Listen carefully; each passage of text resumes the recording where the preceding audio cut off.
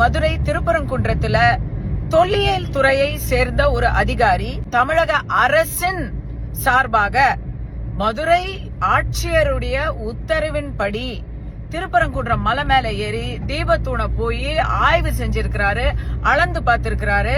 இதையெல்லாம் அவங்க செய்யறதுக்கு இப்போ கேஸ் இருக்குங்க. திருப்பரங்குன்றத்துக்கு மேல யாருமே போகிறதுக்கு அலோ பண்ண மாட்டோம் அப்படின்னு 3 நாள் முன்னாடிதான் காவல்துறையில சொல்லிருக்கிறாங்க. டிசிபி இனிகோ திவ்யன் அல்போன்ஸ் எல்லாரையும் அலோ பண்ண முடியாதுங்க சொல்லி அந்த காட்சிகள்லாம் நம்ம இன்னும் மறக்கவே இல்லை. நீதிமன்ற ஆணையின்படி 10 பேரை அனுப்புங்க, அதுல என்ன கலவரம் வந்துட போகுது அப்படின்னு சொன்ன போது அளவே பண்ணல. ஆனா இன்னைக்கு மதுரை கலெக்டர் ஒரு குழுவிய மேல அமைச்சிருக்கிறாங்க. இது என்னன்னு புரியலையே எனக்கு. அவங்க அங்க ஆய்வு மட்டும் செஞ்சாங்களா இல்ல ஆதாரங்களை அழிக்கிறாங்களா அப்படிங்கிற கேள்வியை எல்லாரும் கேக்குறாங்க. மதுரை ஆட்சியர், மதுரை கலெக்டரை பொறுத்த வரைக்கும் அவரே இந்த திருப்பரங்குன்றம் தீபத்தூண் கேஸ்ல கண்டெம்ட்ல அவரே ஒரு பார்ட்டி, அவர் மேலேயே கேஸ் இருக்கு. இந்த கேஸுடைய அப்பீல் 12ஆம் தேதி வருது. 12ஆம் தேதிங்கிறது இதோ நாளானிக்கு கேஸ் பெண்டிங்ல இருக்கும் பொழுது இவங்க இன்னைக்கு இதை அவசரமா பண்ண வேண்டிய அவசியம் என்ன?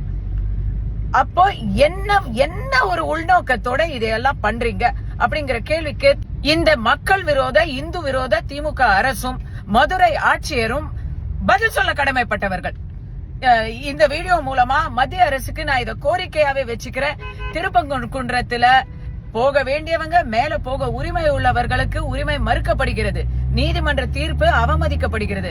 எப்ப கேஸ் நிலுவையில இருக்கோ எப்படி உங்களால மலை மேல ஏற போச்சு, அப்படி யாருக்கு அங்க மலை மேல ஏறுவதற்கான அனுமதி இருக்கிறது அப்படிங்கறது மதுரை ஆட்சியாளரும் இந்த மக்கள் விரோத தமிழக அரசும் தெளிவுபடுத்த வேண்டும். திமுக தரப்புல தீர்ப்பு சொன்ன நீதிபதியே நீக்கணும் அப்படின்னு ஒரு பக்கம் நீங்க கலாட்டா பண்ணிக்கிட்டு இருக்கீங்க, இன்னொரு பக்கம் தீபத்தூணே கிடையாது அது நில அளவைகள் அப்படின்னெல்லாம் நீங்க கனிமொழியிலிருந்து எல்லாருமே பெரிய பெரிய தலைவர்கள்லாம் திமுகவுல இத பரப்பிக்கிட்டு இருக்கிறாங்க.